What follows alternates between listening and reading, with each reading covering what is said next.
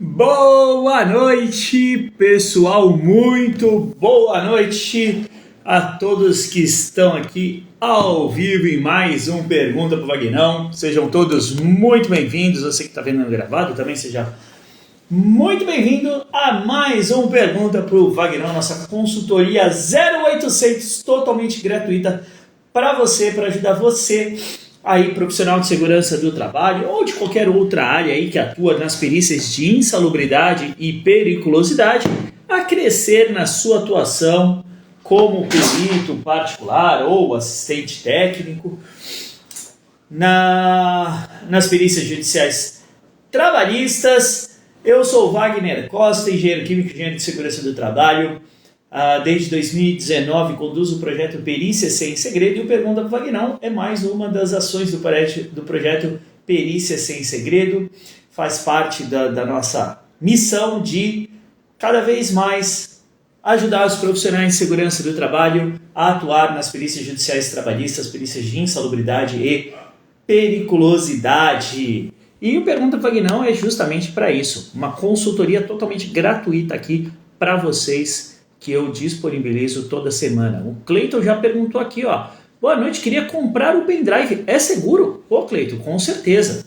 Totalmente seguro, tá? Fica tranquilo. A compra é feita através de um sistema informatizado, tá? Específico para isso, regulamentado, né?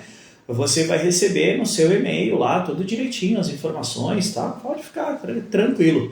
Nosso projeto já existe já há mais de 4 anos, tá? Só os alunos do Expert em Perícia, Cleiton, você talvez seja novo aqui, mas só alunos no Expert em Perícia nós já formamos aí mais de 1.400 alunos no meu curso de capacitação profissional, né? Então pode ficar totalmente tranquilo, porque aqui o negócio é sério, prático e sem segredo, sem enrolação, tá? Bom, Pergunta pro Vagnão, nossa consultoria para tirar todas as suas dúvidas. Então manda sua pergunta aí que nós estaremos ao vivo aqui até as 21 horas para te ajudar aí com todas as suas demandas. Você pode fazer a pergunta. Mudou já o Instagram. Adoro quando o Instagram muda. Não parece nada. Deixa eu ver o que é isso aqui. Aqui é para participar. Aqui é para participar. Bom, você pode fazer sua pergunta, ó, escrevendo aqui nos comentários, tá? Coloca a sua dúvida aí nos comentários. Deixa eu só ajustar uma parada aqui, porque o balãozinho com as questões não está aparecendo aqui para mim, não sei o que está acontecendo. O Primo enviou uma solicitação para participar ao vivo. Primo, se você quiser participar ao vivo mesmo, coloca aqui, ó, eu quero, tá? E aí você pode colocar sua dúvida aqui nos comentários. Todas as dúvidas que você tiver pode colocar aqui nos comentários. Não sei o que aconteceu hoje, que não está aparecendo o balãozinho. Deixa eu me situar aqui, pera só um minuto. Tá? Sobre o que você pode perguntar? Qualquer coisa de questões de insalubridade, periculosidade.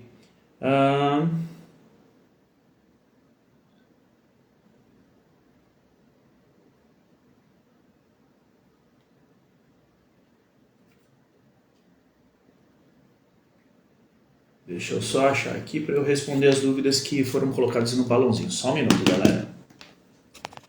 Então, qualquer dúvida de insalubridade, periculosidade, honorários, clientes, como atuar na área, diferença do perito judicial, perito particular, condutas na diligência pericial, neutralização da exposição, qualquer coisa você coloca aqui nos comentários que eu vou ter o maior prazer em te ajudar, tá? Só vou pegar um outro telefone porque não está aparecendo aqui para mim o balãozinho que foi deixando as perguntas lá no story, tá? Só fica aí, não sai daí não, que é menos de 1 minuto. Onde? Você traz seu telefone para mim, por favor? Falei que era rápido? Já estou aqui de volta. Só chegar o outro telefone aqui, eu já vou começar respondendo as dúvidas que foram deixadas lá na caixinha do Story. Enquanto isso, vai colocando a sua dúvida aqui nos comentários para eu já começar a responder. E quem quiser entrar ao vivo comigo aqui, ó, só clicar na câmerazinha aqui e coloca aqui no comentário, eu quero. Eu sei que você quer abrir a câmera e a gente bater um papo ao vivo aqui. Uma grande noite para o meu amigo Irã, aluno do Expert em Perícia, aqui, ó. Grande Irã. Não está aparecendo o balãozinho de perguntas, então eu preciso do seu para ver as dúvidas que foram deixadas. Tá? O Cleiton, comecei a te seguir essa semana. Vamos lá então. Minha dúvida é: exposição a feio. Uma pessoa. Frio. Exposição a feio é o que vocês estão sofrendo agora, né? Todos vocês estão expostos ao feio agora. Exposição ao frio. Uma pessoa entra 3 vezes por dia em câmara fria por 5 minutos. Apenas a japona é o suficiente? Bom, vamos lá, Cleiton. O que a legislação fala? Vamos na NR15, anexo 9.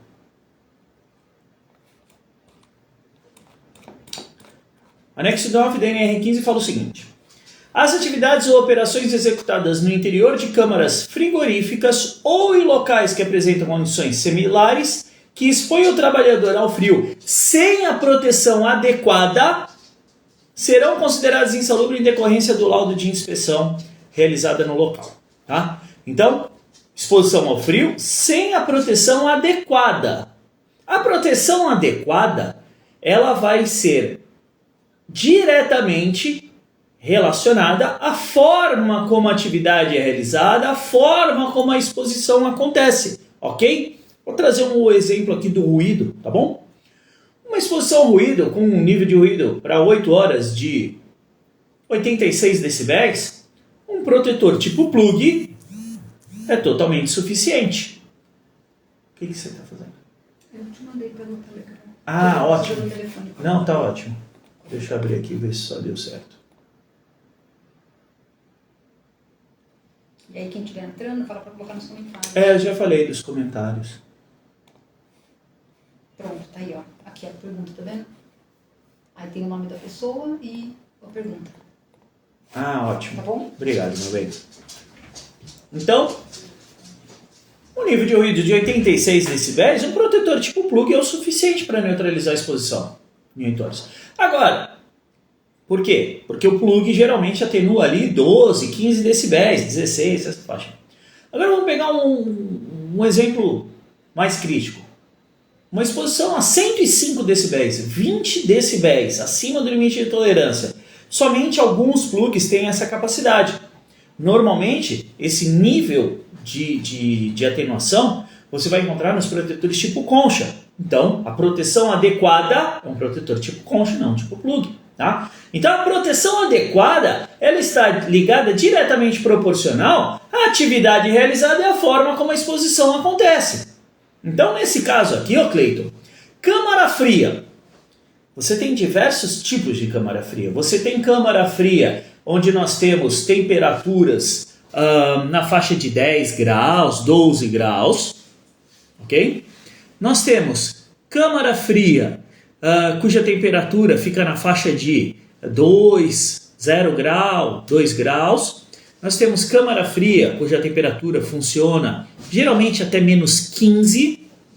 Câmaras já de ultracongelamento, cuja temperatura chega... Só estou me ajeitando aqui, pessoal. Tirando só calçado aqui. Temperatura menos 30 graus. E você tem câmaras frigoríficas onde a temperatura chega a menos 50 graus Celsius. Tá? Então, o ambiente é o primeiro ponto. Qual temperatura? Esse é o primeiro ponto que a gente precisa analisar. Segundo ponto, qual a atividade que a pessoa faz nesses 5 minutos que ela permanece dentro da câmara frigorífica? Ela pega produtos congelados. 5 minutos pegando produto congelado, talvez uma luva seja necessária. Então, o que precisa ser analisado, Cleiton? Se a atividade realizada ela gera um potencial de queda da temperatura corporal do trabalhador. forma como é feita, a temperatura da câmara, tudo isso, tem a capacidade de gerar a queda da temperatura corporal do trabalhador. Então, apenas a japona é o suficiente? Pode ser, Cleiton, pode ser.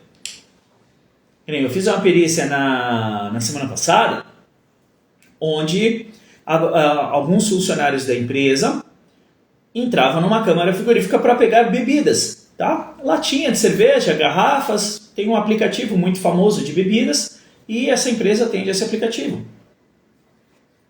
Então, no próprio laudo da empresa está dizendo que é só a japona. Por quê? O que ela faz? A temperatura fica na faixa de 0 grau, a pessoa entra, pega um fardo de latas, ou pega um engradado de cervejas, ou pega 2, 3 garrafas, 2, 3 latas e sai. Não dá nem um minuto. É como se você abrisse a porta da geladeira da sua casa para pegar alguma coisa. A diferença é que ela entra na geladeira, só que é muito rápido. Então só a japona é o suficiente para neutralizar a exposição. Então precisa entender a dinâmica do que acontece para determinar qual a proteção adequada.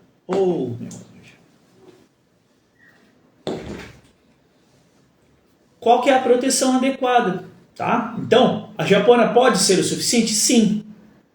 Pode ser. O que eu indico para os meus clientes que têm câmaras frigoríficas?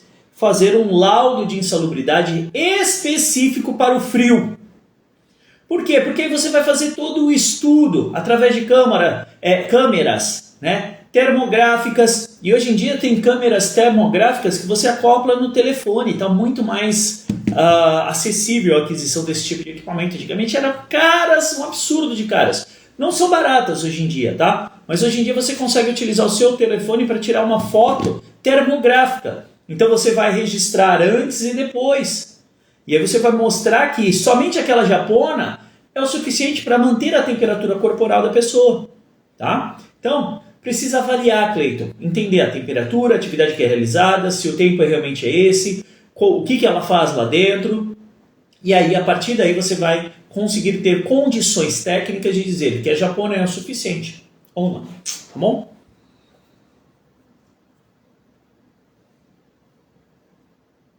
Minha voz está estranha, às vezes sai. Saberia explicar os motivos do aumento do número de processos de insalubridade por limpeza de banheiros? O Luigi. Luigi é nosso aluno. Eu vou te dizer o seguinte, Luigi. Não é um aumento de processos de insalubridade por limpeza de banheiro. É um aumento de processos num todo, tá? Semana passada que eu fiz perícia, a semana toda, eu conversei com muitos peritos, né? E 2 ou 3 peritos que eu conversei falaram a mesma coisa. Falou, caramba, está aumentando bastante a demanda. Inclusive teve um perito que até comentou comigo, o juiz até me pediu para eu abrir mais espaço na minha agenda para ele poder passar mais casos. E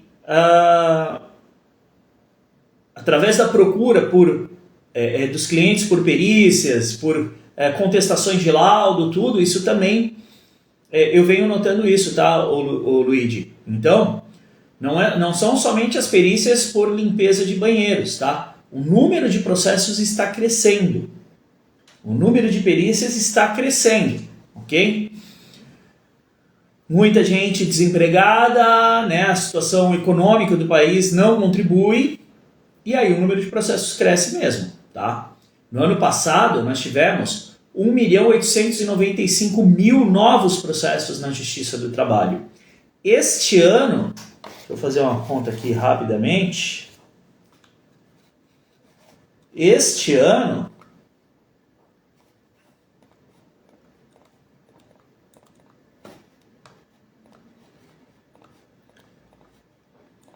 se nós considerarmos, ano passado, de 2022 para 2023, o mercado de assistência técnica, o mercado de perícias, o número de processos cresceu 12,6%.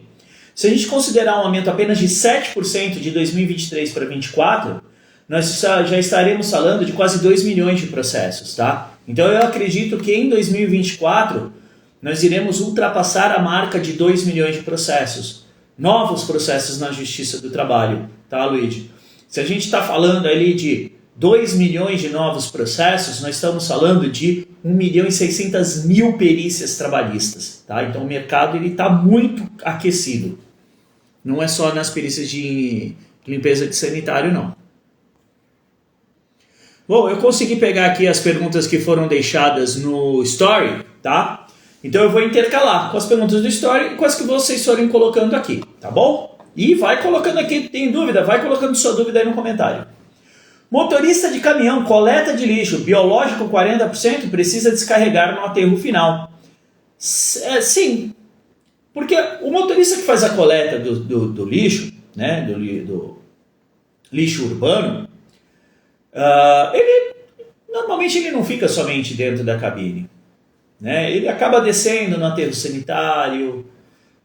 Em geral, eu considero que sim, porque a atividade dele faz parte da atividade de industrialização e coleta do lixo urbano, tá? Então, Wagner, mas ele não tem contato com o lixo. Difícil.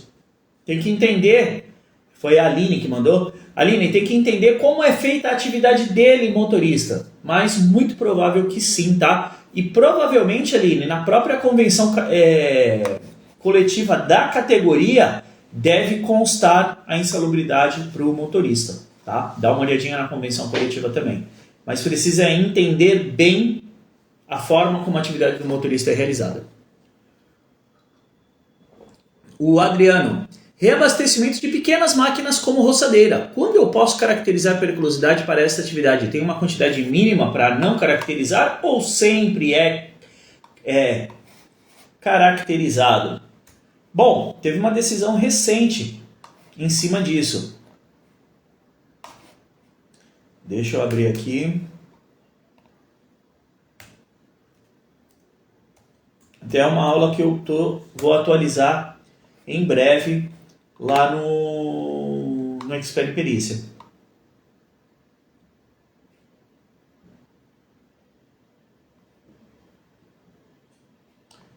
Deixa eu achar aqui.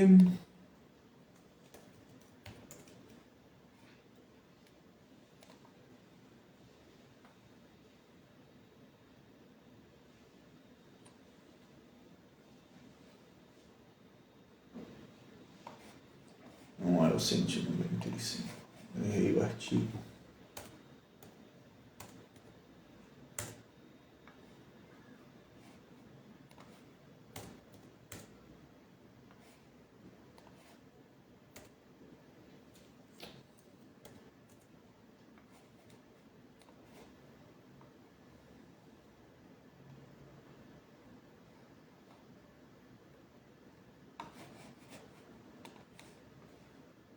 Só um minuto, pessoal.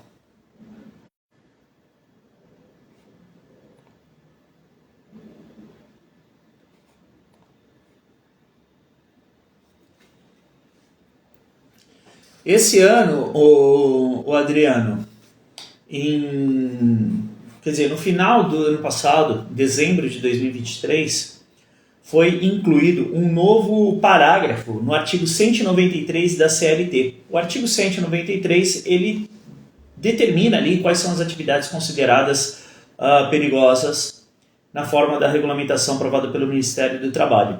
O parágrafo 5º diz o seguinte, o inciso 1º, né, vou começar pelo inciso, o item 1 da norma fala o seguinte, que são consideradas atividades perigosas, né, atividades que gerem exposição do trabalhador a inflamáveis, explosivos e energia elétrica.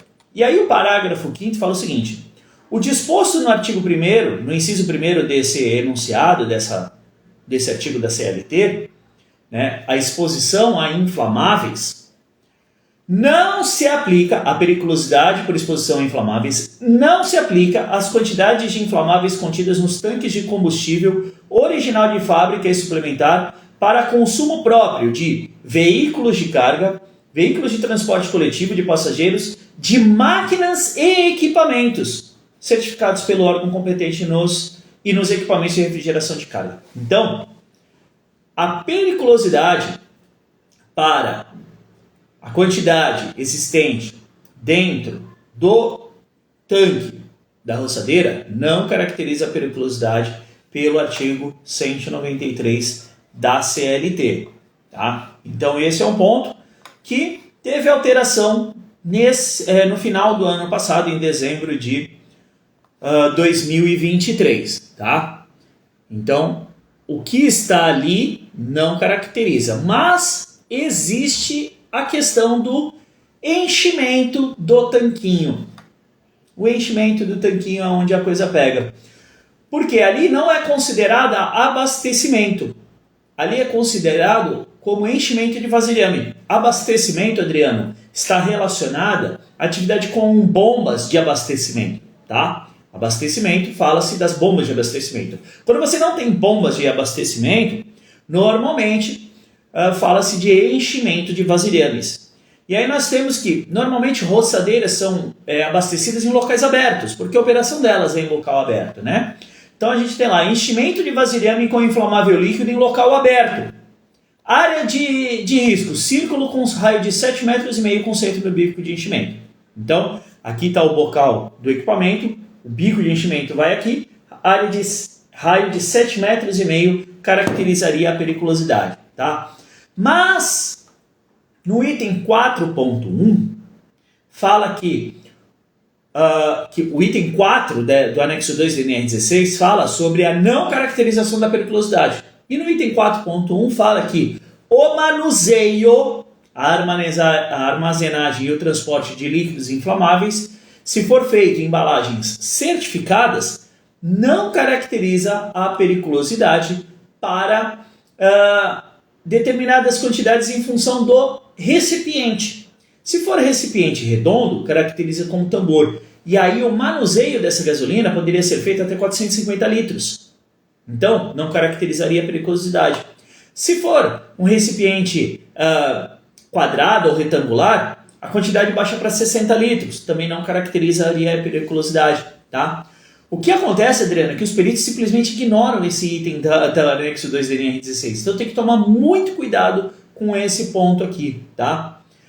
Porque muitas vezes o operador da roçadeira, que vai só encher ali aquele pequeno vasilhame, né,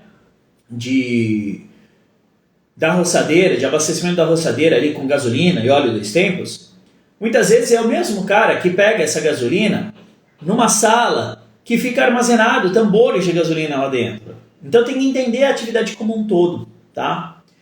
E se atentar a esses aspectos da norma. Então, existe a possibilidade de caracterização em função do enchimento? Sim, existe. Mas existe a possibilidade de descaracterizar pelo anexo 4. Isso não é claro, esse item na norma não é claro, tá? Anexo 4 não, item 4 do anexo 2. Fora isso, Adriano, nós temos um outro aspecto legal que pode ser utilizado nessa análise, que é o uso da súmula 364 do Tribunal Superior do Trabalho. O que a súmula fala aqui? A atividade realizada de forma habitual por tempo extremamente reduzido não caracteriza a periculosidade. O que é tempo extremamente reduzido? Não está descrito em lugar nenhum. Então, quanto tempo ele leva para abastecer uma roçadeira? Eu já filmei esse tipo de atividade para alegar que não é caracterizada a periculosidade. Deu 40 segundos do equipamento que eu filmei. 40 segundos. O cara pega, abre o bocal do tanquinho, vai lá, enche, com container à prova de explosão, tudo certinho, né? Tampa automática, enche, põe de volta e fecha. 40 segundos. Então, eu mostrei para o juiz que o tempo é extremamente reduzido. Tá? Se você pegar ali 40 segundos frente à jornada de trabalho, vamos pegar aqui, 40 dividido por 60. É 0,67 minuto. Então, 0,67 minutos dividido 8 horas de trabalho, 480 minutos. Vezes 100. Você tem 0,14% da jornada de trabalho. 0,14% da jornada de trabalho. Não dá 0,5% da jornada de trabalho. Não dá 0,2% da jornada de trabalho. Então, gente pode considerar como uma exposição por tempo extremamente reduzido, tá? E aí uma outra argumentação, e vai depender do lado que você está atuando, Adriano. Se você está atuando para reclamante, você tem argumento. Se você está atuando para reclamada, você também tem argumento. O Fabiano, poderia dar mais uma reforçada sobre o pagamento de insalubridade pela convenção versus NR15? Fabiano, coloca qual que é a sua dúvida aqui, senão fica difícil. Aqui é para tirar dúvida, não dá para eu ficar explanando sobre um tema, tá? Em questão agente biológico, onde em um hospital temos atividade de enfermeiro, técnico de enfermagem que não tem contato permanente, qual o seu ponto de vista em questão a enquadramento? Quem perguntou? O Rafael. Rafael, tem atividades de enfermeiros que são atividades meramente administrativas. Ele não tem contato com o paciente. Tem médicos que têm atividades meramente administrativas. Não tem contato com o paciente. Tá? Então, tem várias atividades que são realizadas no hospital onde pode não haver o contato com o paciente. Tá? Então, precisa analisar qual que é a atividade para entender se existe contato, se não existe. Se existir o contato, a norma prevê insalubridade em grau médio. Tá? Porém, se a exposição, contato com o paciente, for feito utilizando todos os equipamentos de proteção individual, a norma também fala que os EPIs têm a capacidade de neutralizar a exposição ao agente insalubre. Ok? Nesse caso do motorista, não leva em consideração o EPI para a neutralização do motorista? Qual foi a questão mesmo? Então, pode levar o EPI, ele sempre, quando a gente fala de insalubridade, Rafael, o EPI sempre deve ser levado em consideração, tá? Mas é o que eu falei, tem que analisar a forma como a atividade é realizada. Aplicador de defensivos agrícolas, ele tem direito a 40% de insalubridade, visto que faz aplicação todos os dias na lavoura? Não sei, Rômulo. O que é esse defensivo agrícola? Existem vários tipos. Vão existir tipos de defensivos agrícolas que são caracterizados como insalubre pelo anexo 13 da NR15 e outros não, tá? Então tem que entender o que é esse defensivo, analisar a FISPIC dele. E os EPIs neutralizam a exposição ao agente insalubre.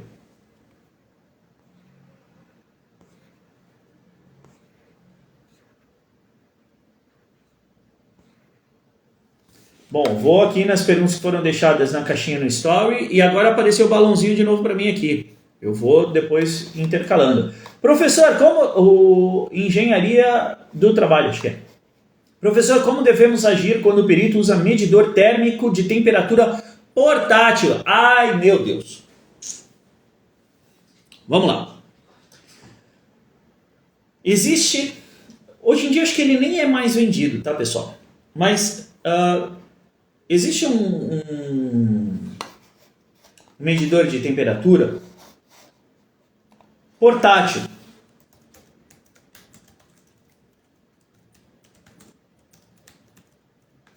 Deixa eu ver se eu encontro aqui. Se eu encontrar, eu viro a câmera e mostro para vocês.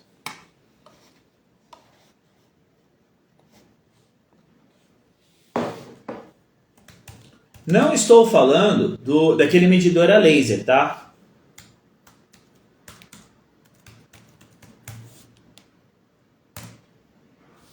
Achei.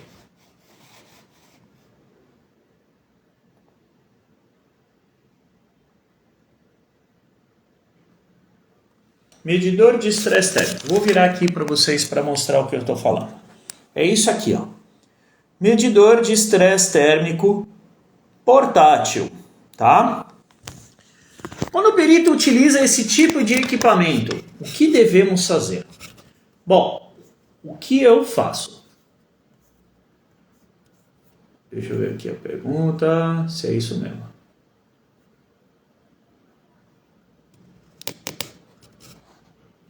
O que eu faço? Eu, Wagner, o que eu faço?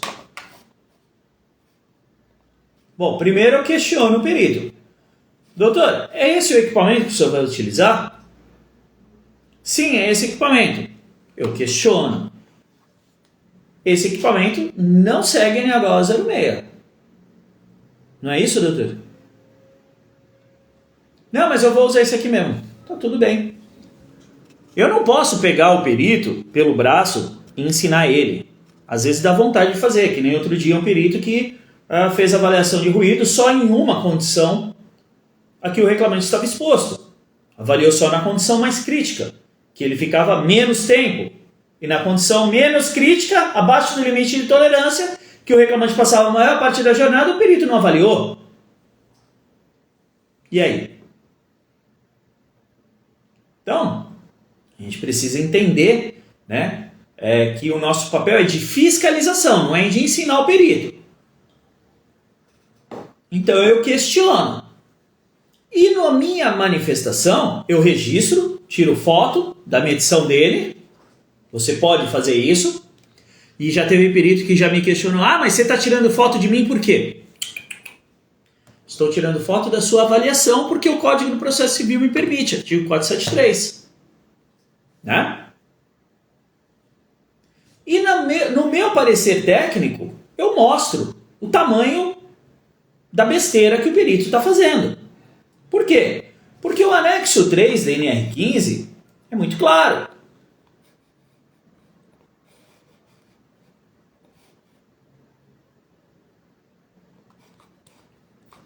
Anexo 3 da NR15, que trata sobre a insalubridade em função da exposição ao calor, é muito claro nesse ponto. Ele fala o seguinte: a avaliação, item 2.1, a avaliação quantitativa do calor deverá ser realizada com base na metodologia e procedimentos descritos na norma de higiene ocupacional NHO 06 da Fundacentro, segunda edição de 2017, nos seguintes aspectos: equipamento de medição e forma de montagem, posicionamento e procedimento de uso nos locais avaliados, item B. Esse equipamento de medição não atende a NHO 06. Não atende. Principalmente por conta do tamanho da esfera. NHO 06, ela pede uma esfera com 6 polegadas de diâmetro. E aquele equipamento tem 2 polegadas de diâmetro. Tá? Então o equipamento não atende a NHO 06. O anexo 3 da NR15 fala que tem que seguir a NHO 06. Logo, o equipamento não atende ao anexo 3 da NR15, ou seja, a avaliação é inválida para caracterização ou descaracterização da insalubridade. Ela é inválida para avaliação da insalubridade porque o equipamento não atende o requisito legal. Tá bom? Então eu coloco tudo no meu parecer técnico e o advogado vai saber fazer bom uso disso para mostrar para o perito que a avaliação feita pelo perito judicial é imprestável para a finalidade a que se destina. Não serve para avaliação do caso. O Cleiton, perito oficial ou assistente técnico, podem utilizar súmulas, enunciados ou jurisprudência para caracterizar a insalubridade ou periculosidade? Ou apenas o juiz pode se utilizar, pois a lei são as NRs? Então, Cleiton, o que a lei da perícia, da realização da perícia fala? A realização da perícia, Cleiton, também é regida por uma lei. Essa lei é a lei... deixa eu achar o número dela aqui. Eu esqueci agora de cabeça, não lembro agora.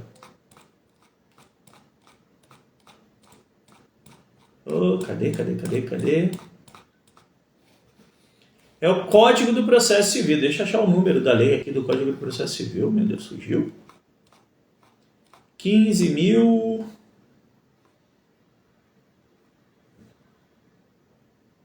Estou abrindo o Código do Processo Civil aqui, tá, pessoal? 13.105 de 2015, desculpa, tá? Lei 13.105 de 2015, Código do Processo Civil. Lá dentro do Código do Processo Civil existe uma seção da realização da prova pericial, com diversos artigos. E dentre esses artigos nós temos o artigo 473, que ele fala justamente da produção do laudo pericial.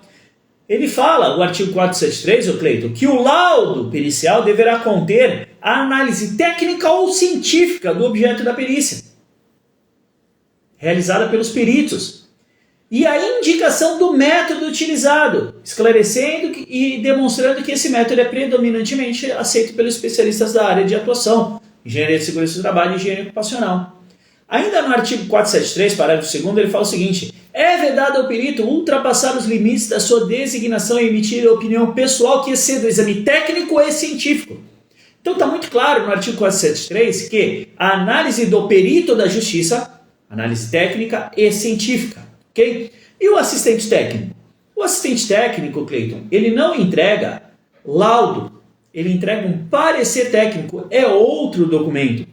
Tanto e que isso está explícito no artigo 471 do mesmo Código do Processo Civil. Ele fala o seguinte, parágrafo 2º, o perito e os assistentes técnicos devem entregar, respectivamente, laudo e parecer técnico em prazo fixado pelo juiz.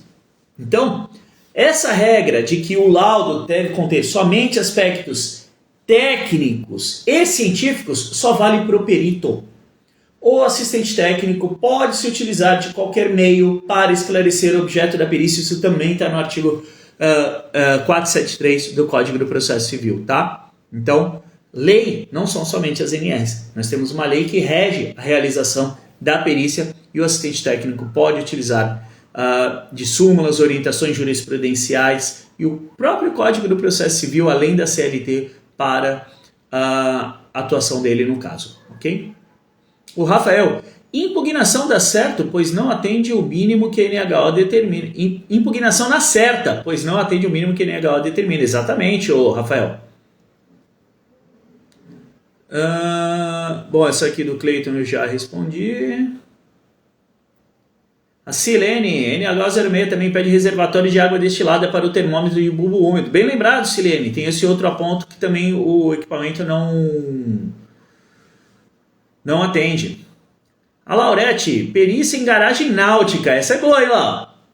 O reclamante pede periculosidade por exposição a óleo diesel armazenado nos tanques das lanchas. Total de 10 metros cúbicos, 10 mil litros. Sem direito adicional, né? Sim. Por quê? Os tanques originais dos equipamentos ou suplementares de fábrica não caracterizam a periculosidade.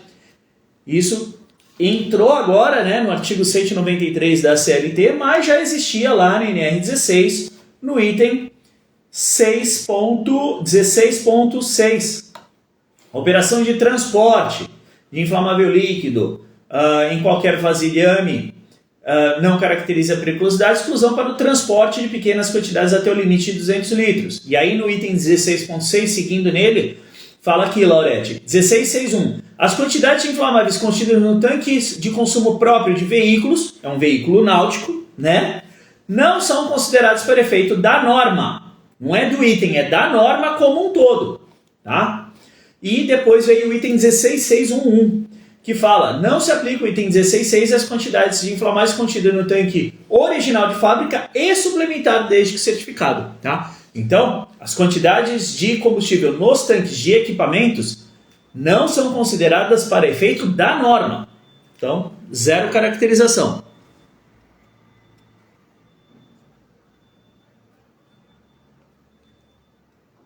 Estou relembrando quando trabalhava com engenharia ocupacional. Que massa, muito legal.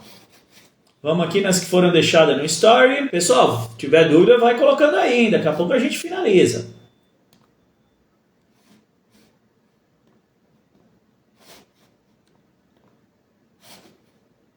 Opa, aqui, peraí. Aqui. O que fazer quando o autor era montador externo e não temos mais o local para avaliar? Bom, uma perícia onde já não existe mais o local de trabalho. A avaliação, nesse caso, ela é feita basicamente de forma teórica, com base nas informações das partes, reclamante e reclamada, e na documentação de segurança. Tá? Essa perícia é chamada perícia indireta.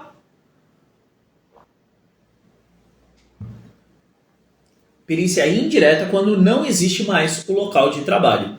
Então, ela é feita apenas com as informações transmitidas e documentações que constam na documentação de segurança. E aí pode ser utilizadas fotos, vídeos, imagens aéreas.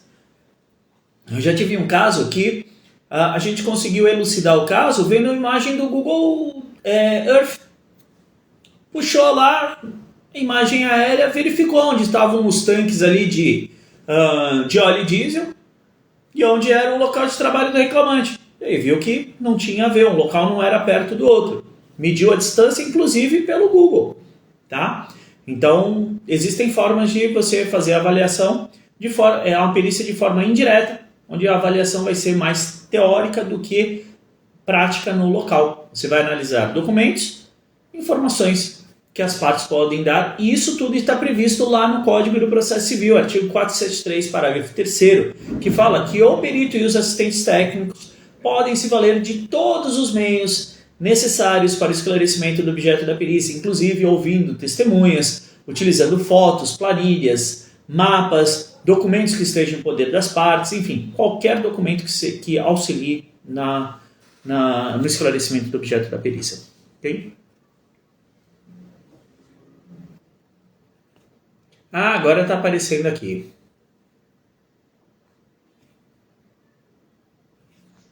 Agora está aparecendo aqui, legal. Então eu vou colocar aqui já. Aqui, ó, Hag Story, serei seu aluno. Só chegar, logo logo, hein? Logo logo teremos uma nova turma. O Rafael Wagner tem muitos peritos que também não seguem o mínimo de procedimentos e metodologia para avaliação de ruído.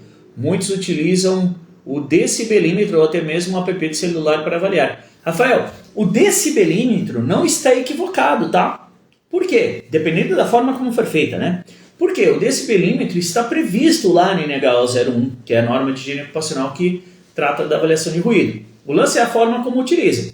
Que nem nesse caso dessa perícia que eu comentei, eu discuti com o perito a questão da norma ali na hora da perícia. E eu falei para ele que estava errado. Que a própria... o anexo 1 da NR15 fala que você tem 2 níveis de ruído, você tem que considerar o efeito combinado. Você tem que avaliar os dois. A NHO 06 fala a mesma coisa. A NHO 01 fala a mesma coisa. Nesse caso em específico, teve um outro item que o perito não seguiu.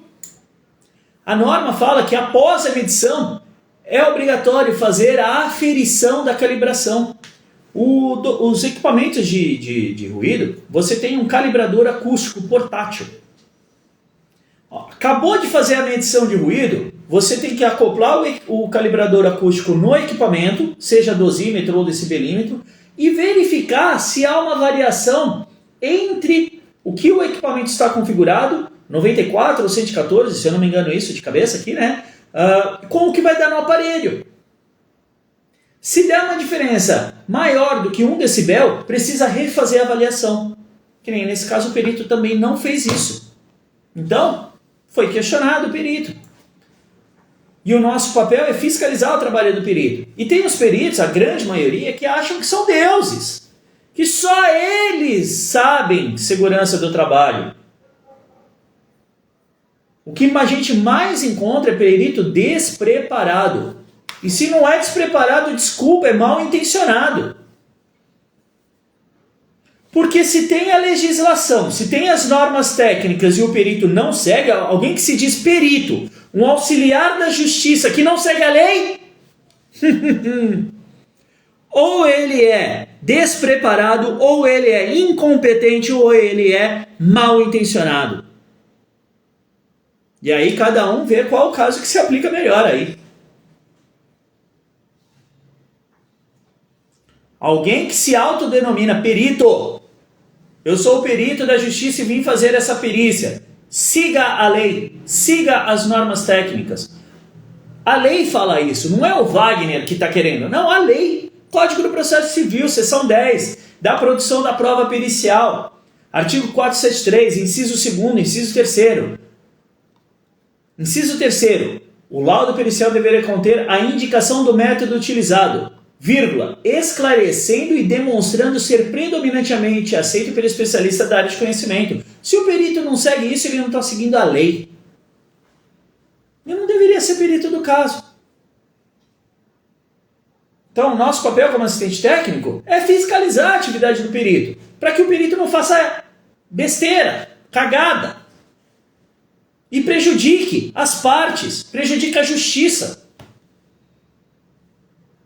Que a avaliação mal feita eu já vi prejudicar a reclamada, eu já vi a avaliação mal feita prejudicar a reclamante, e eu já vi a avaliação mal feita prejudicar todo mundo. Porque é tão ruim a avaliação que ela se torna inconclusiva. Ela não serve para nada.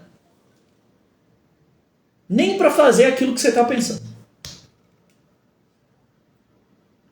Então, os peritos precisam saber o que estão fazendo, se preparar para fazer a perícia. Acontece que os caras vão para a rua com 10, 15 perícias, 12 perícias para fazer num dia. E aí faz de qualquer jeito, como uma linha de produção, achando que está tudo bem. E aí quando você contesta o laudo dele, falando que o trabalho dele é inservível, imprestável para a finalidade a que se destina, você tira a foto e mostra que ele está fazendo errado, os caras ficam ofendidos. É antiético. Antiético é não fazer o trabalho correto, é isso que é antiético.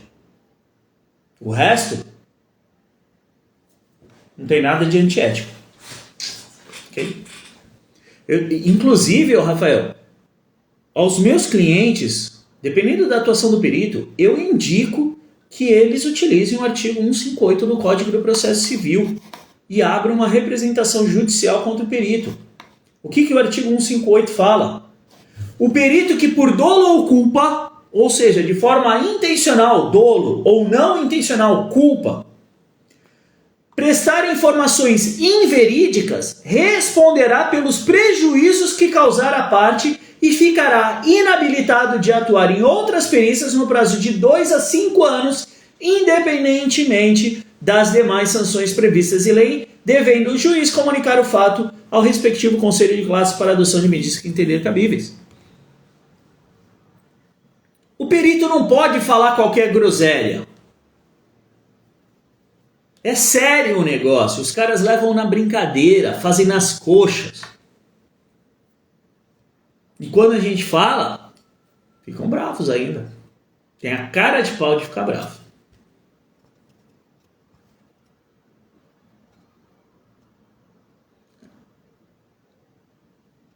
Aqui o Rafael comentando do uso do calibrador acústico.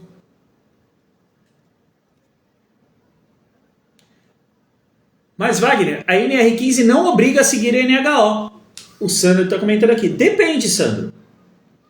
O anexo 3 já fala para seguir a NHO 06. O anexo 8 já fala para seguir a NHO. Deixa eu chegar no 8 aqui.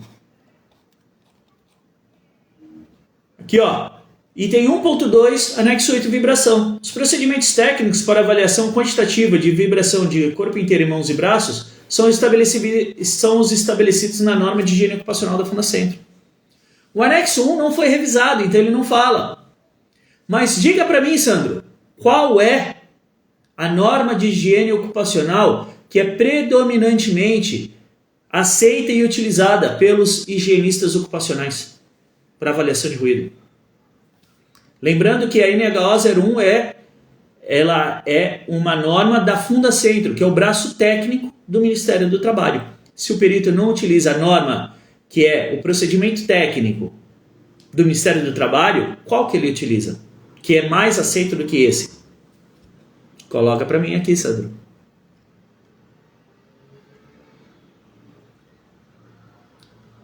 Querosene e óleo desencripante pode gerar insalubridade? Não sei. Não sei. Querosene não tem previsão legal, tá? Anexo 3 da NR15 não tem previsão legal para querosene. Ok? Por quê? Composição do querosene. Óleo desengripante. Que óleo que é esse? Não sei. Precisa analisar qual é a atividade, como esses agentes químicos aqui são empregados, como ele é utilizado, quais são as medidas de proteção existentes, tá? Depende de tudo isso para poder gerar caracterização ou não. O Clayton, como agir no caso de exposição a óleo queimado, pois não possui o teste IP346? O perito pode caracterizar? Pode. Agora, o que é óleo queimado, Clayton? Que óleo que está queimado? Porque você tem óleo sintético que pode estar queimado também. O que a 15 fala sobre isso. Vamos lá. Hidrocarbonetos e outros compostos de carbono. Manipulação de alcatrão, breu, betume, antraceno, óleo mineral, óleo queimado.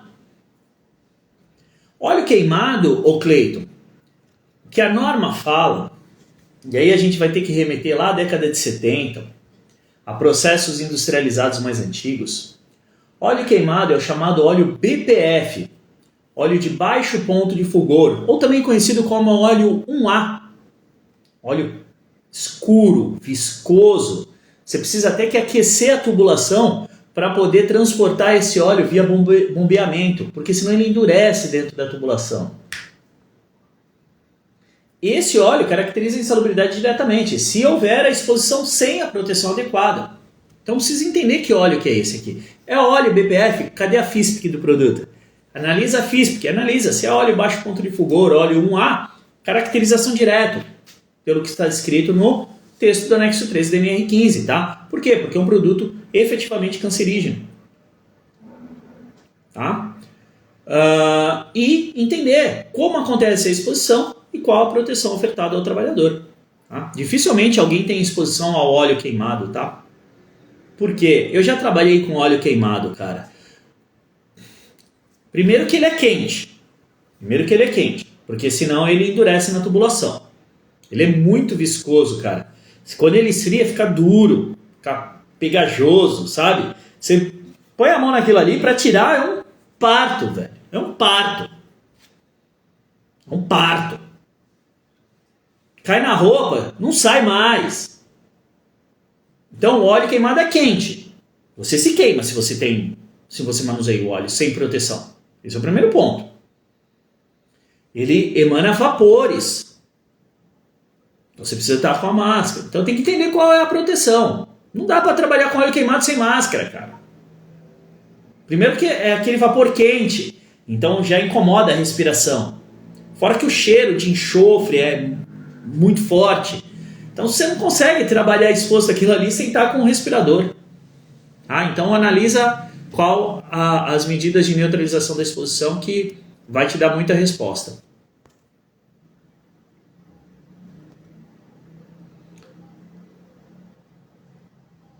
Bom, aqui do montador externo, medidor térmico, motorista do caminhão. A Elaine, professor, por que se armazena gases ou inflamáveis em esferas ou cilindros?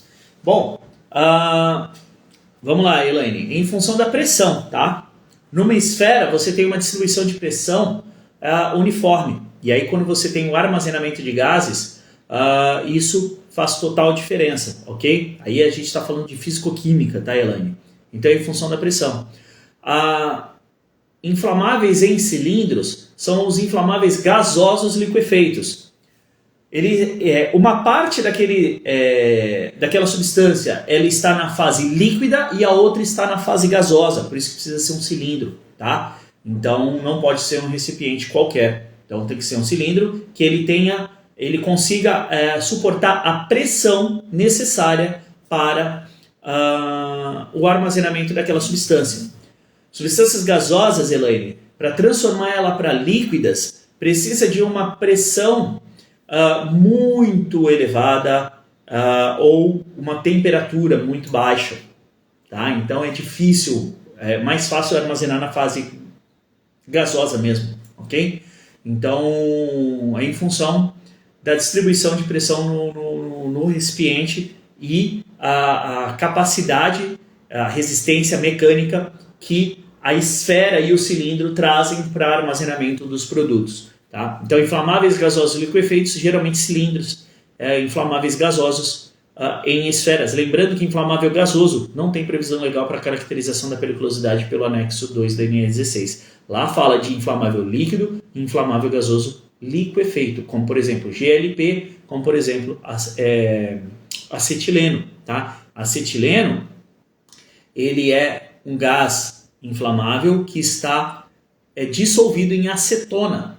E aí ele precisa de um cilindro. Você tem uma fase líquida e uma fase gasosa ali dentro.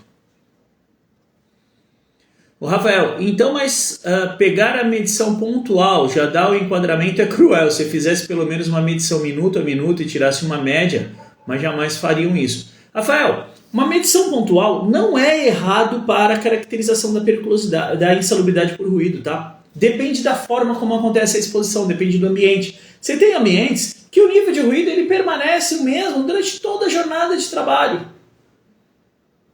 Então, se fizer uma medição de minuto em minuto, a variação vai ser muito pequena, Rafael. A variação vai ser muito pequena. Então, não vai dar diferença. Agora, a pessoa trabalha num ambiente que tem nível de ruído de 89 decibéis e ele trabalha num outro ambiente que tem um nível de ruído de 85 decibéis. A variação é grande, são 4 decibéis. Então, ele precisa avaliar os dois ambientes separadamente. Mas se esse ambiente aqui, ele permanece a 89 em tempo integral, ele não precisa ficar 1 hora ali avaliando. Ele precisa certificar de que é 89, que não tem grandes variações. Se esse outro ambiente é 85 em tempo integral, ele precisa certificar que é 85, sem grandes variações, entendeu? Então precisa analisar, Rafael, como acontece a exposição. Qual é o ciclo de exposição? É isso que é determinante na avaliação de ruído. Isso que eu ensino para os meus alunos, inclusive no Expert em Perícia, no meu curso de formação.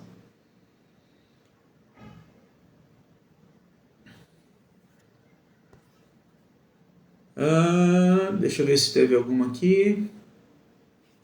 A última daqui do balãozinho, hein? Aline, carregamento de carga congelada, passar mais de 1h40 mesmo com EPI. Caracteriza essa 1h40 considera como um limite de tolerância? Não, Aline. Existem 2 pontos diferentes aqui na caracterização da insalubridade por frio. Tá?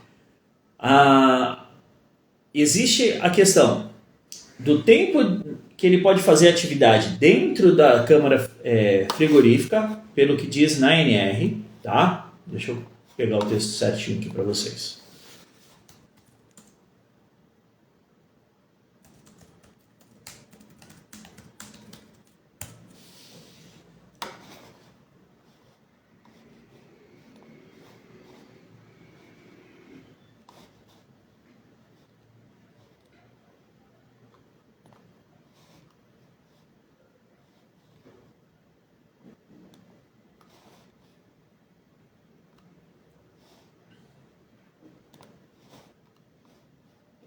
O artigo 253 da CLT, o Aline, fala o seguinte: para os empregados que trabalham no interior de câmara frigorífica e para os que movimentam mercadorias de ambiente quente ou normal para o frio e vice-versa, depois de 1h40 de trabalho contínuo, será assegurado um período de 20 minutos de repouso. Tá? Então, o artigo 253 da CLT trata sobre essa questão, ok? Deixa eu achar ele aqui. Pegar o texto na íntegra.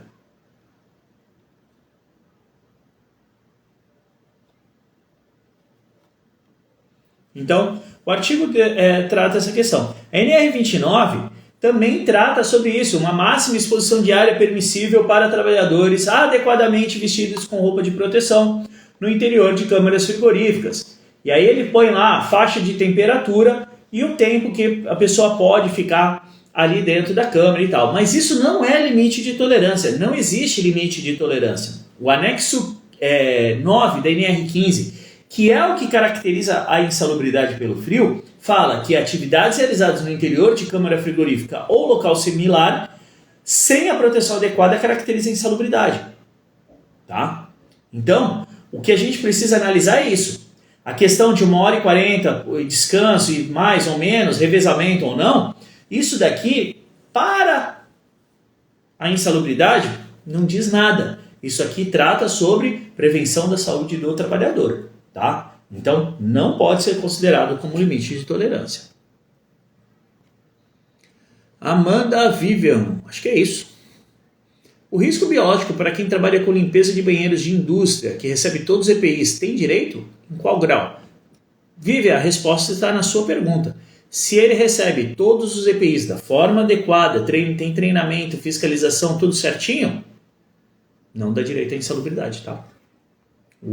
Os equipamentos de proteção individual neutralizam a exposição ao agente insalubre, segundo o item 15.4.1 da NR15 e o artigo 191 da CLT. O Cleito, que live sensacional. Isso aqui é só uma pergunta para o Fagnão, Cleito. Você não imagina o curso como é que é. A Silene, eu perguntei ao perito se a NHO 01 era a norma técnica e científica seguida por todos os especialistas da engenharia. Ele respondeu que sim e disse que seguiu. Então eu questionei por que não calibrou. Ótimo, Silene, muito bom. É isso, né? Você questiona, fala, por que você não seguiu?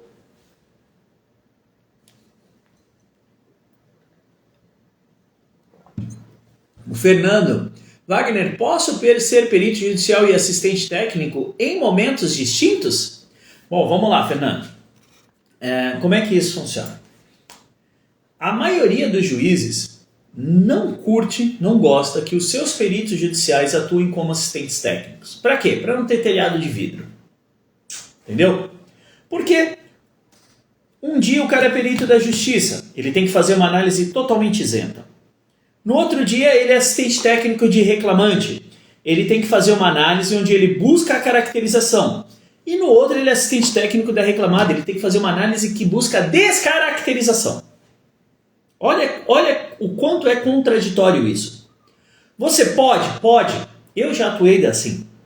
Eu era assistente técnico da empresa em que eu trabalhava CLT, atuava no Brasil inteiro.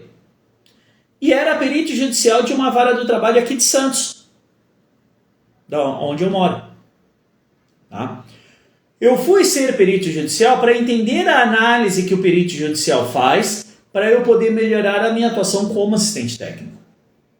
Então eu fui entender o outro lado. E isso me ajudou demais. E hoje em dia eu tenho uma capacidade de interpretação da norma muito grande porque se deve um pouco a isto também. E eu ensino isso para os meus alunos, inclusive. Tá?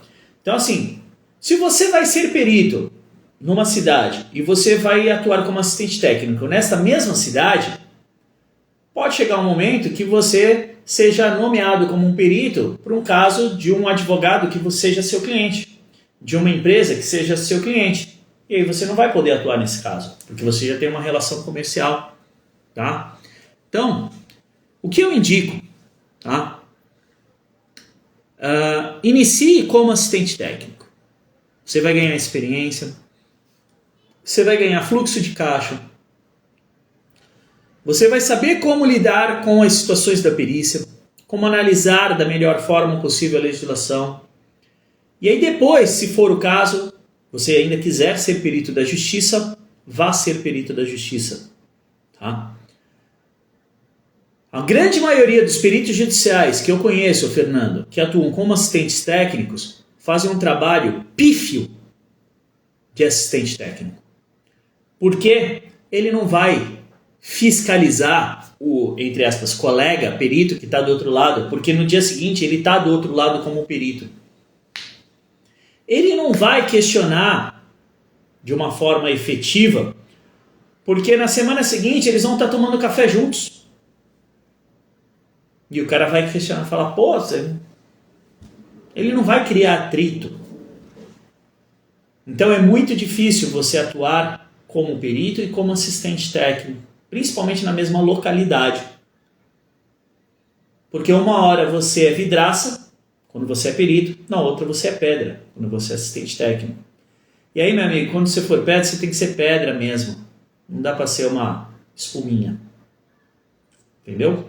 Não é isso que vai cativar o seu cliente. O que vai cativar o seu cliente é você ser pedra. Você efetivamente fiscalizar o trabalho do perito. Tá? Então, a minha indicação, se você está começando, comece como assistente técnico. Mesmo porque a grande maioria dos tribunais, Fernando, já estão solicitando experiência para os peritos judiciais que estão iniciando. Então, pede.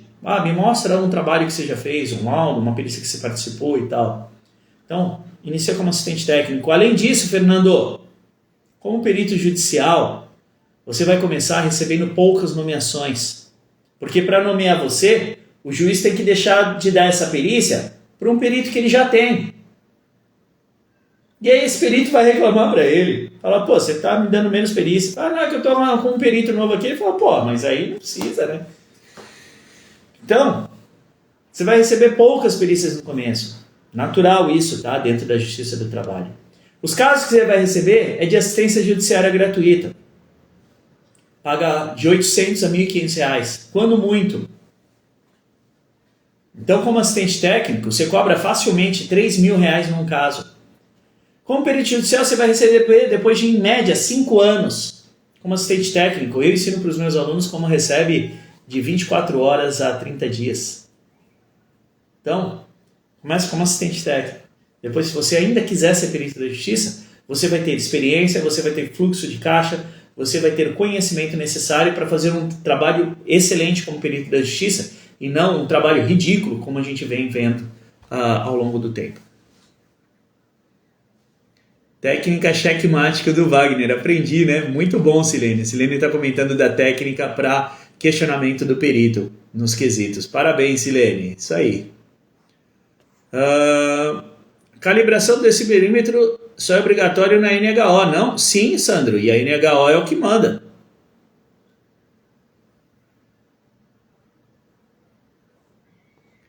O Sandro, a NHO é o mandamento da prevenção, não, mas não é lei. Então, Sandro, mas aí entra uma questão.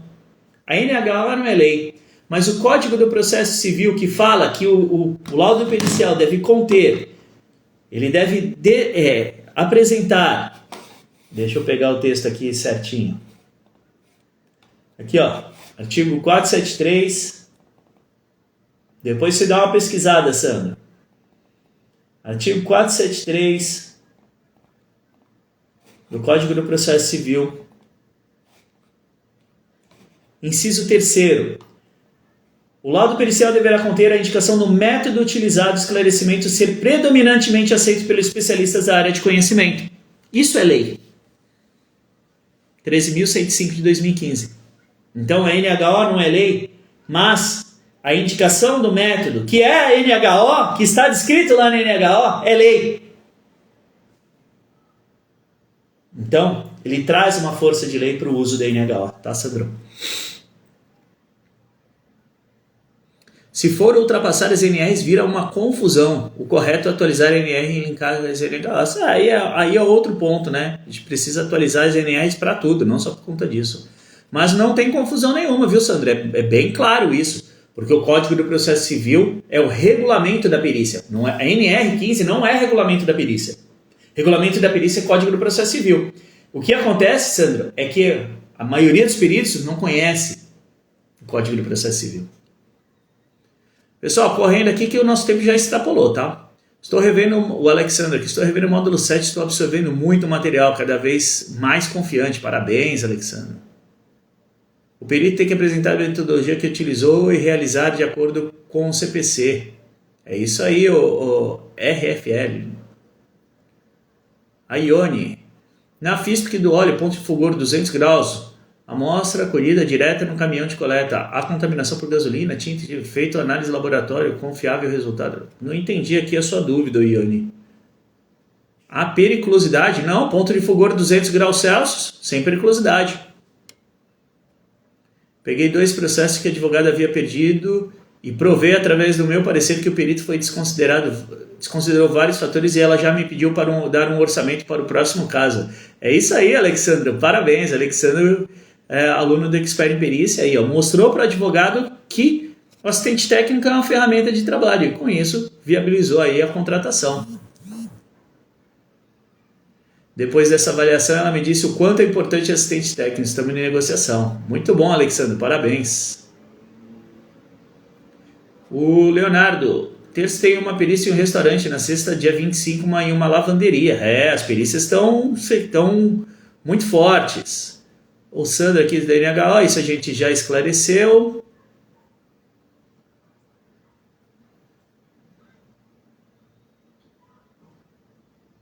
Sandra, aí é a sua interpretação, a minha é diferente, cara. Não vou ficar debatendo interpretação de lei. O que fazer quando o autor era montador... isso aqui já foi.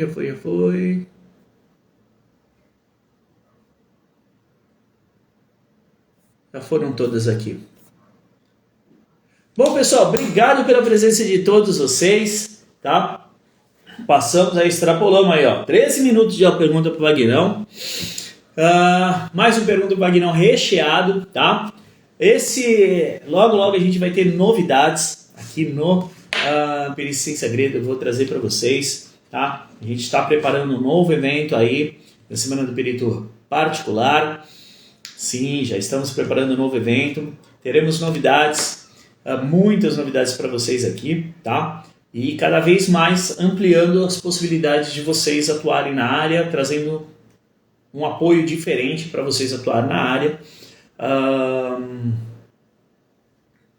para que cada um de vocês siga o caminho que achar melhor, né? O que eu fomento aqui é o conhecimento, é a minha experiência de mais de 10 anos atuando na área, mais de 13 milhões de resultados, 13 milhões de reais de resultados gerados para os meus clientes através da metodologia que eu criei. É isso que eu ensino para os meus alunos do Expert em Perícia, é isso que eu fomento como conhecimento, né? Não vou agradar a todos, é óbvio que não, nem espero que isso aconteça, né? Mas o que eu trago aqui é o que eu vivo, é a minha experiência, é o que traz resultados para os meus clientes, para os meus alunos, enfim.